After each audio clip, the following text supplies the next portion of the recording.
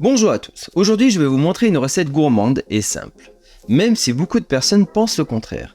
C'est un ragoût de petites sèches à l'encre. J'utilise des petites sèches congelées, il faut leur faire rendre leur eau qui n'est pas très bon au goût. Je les mets donc dans une casserole avec un fond d'eau, puis je les porte à ébullition 1 à 2 minutes. Les sèches réduisent et les impuretés apparaissent. Je peux les débarrasser et les rincer à l'eau claire. Et remettez-les dans la casserole nettoyée. Préparez la garniture, des poivrons en cubes, des oignons émacés, des champignons, des tomates et de l'ail écrasé.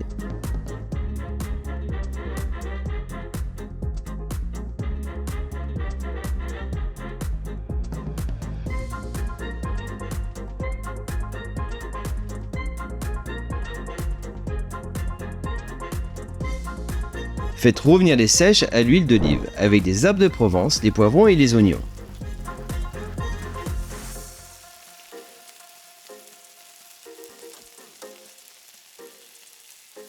Ajoutez un peu de piment pour relever le plat. Je mets de la poudre de piment de Cayenne, mais vous pouvez mettre un piment frais. Mettez l'ail et faites colorer le tout. Il faut créer des sucs au fond de la casserole. Je rajoute quelques épices, tandoori et curcuma, mais vous pouvez mettre les épices que vous voulez.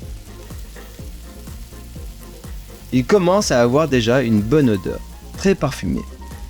Singez avec de la farine pour la future liaison.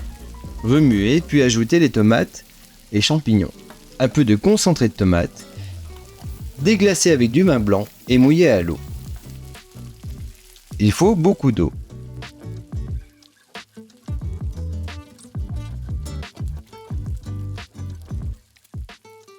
Ajoutez l'encre de sèche. Vous pouvez très bien faire cette recette sans encre. Vous aurez un ragoût de sèche à la provençale.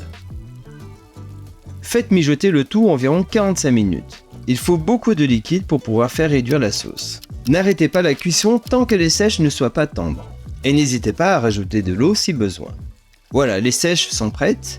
Je rajoute du basilic. Vous avez un ragoût de sèche de caractère avec un goût corsé.